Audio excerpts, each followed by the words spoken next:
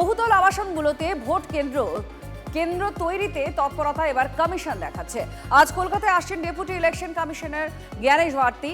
CEO দফতরে জেলা নির্বাচনী আধিকারিক অর্থাৎ জেলা শাসকের সঙ্গে বৈঠক করবেন তিনি। কলকাতা উত্তর, কলকাতা দক্ষিণ, উত্তর 24 পরগনা এবং দক্ষিণ 24 পরগনা ডিইওদের সঙ্গে বৈঠক।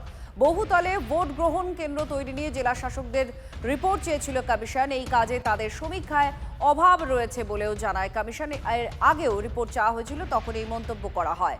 ডিইওদের নতুন করে সমীক্ষা করে 31শে ডিসেম্বরের মধ্যে প্রস্তাবিত বুথের তালিকা জমার নির্দেশ দেওয়া হয়। শ্রাবন্তী আমাদের প্রতিনিধি আমাদের সঙ্গে আছেন, আরো বিস্তারিতভাবে জানাচ্ছেন। শ্রাবন্তী, আগেও সমীক্ষা করতে বলা হয়েছিল, সেটাই অসন্তোষ প্রকাশ করা এবং দ্বিতীয়বার আবার সমীক্ষার কথা বলা হয়েছে। আজকে জ্ঞানেশ ভারতী নিজেই আসছেন।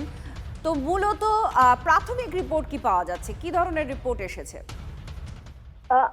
এটা পরিষ্কার যে এসআইআর আবহে এই হাই রাইজ বিল্ডিং এ যে সমস্ত জেলাশাসকদের ডাকা হয়েছে সেখানে আগামী নির্বাচনে হাই রাইজ বিল্ডিং নিয়ে যে তৎপর কমিশন, এটা স্পষ্ট।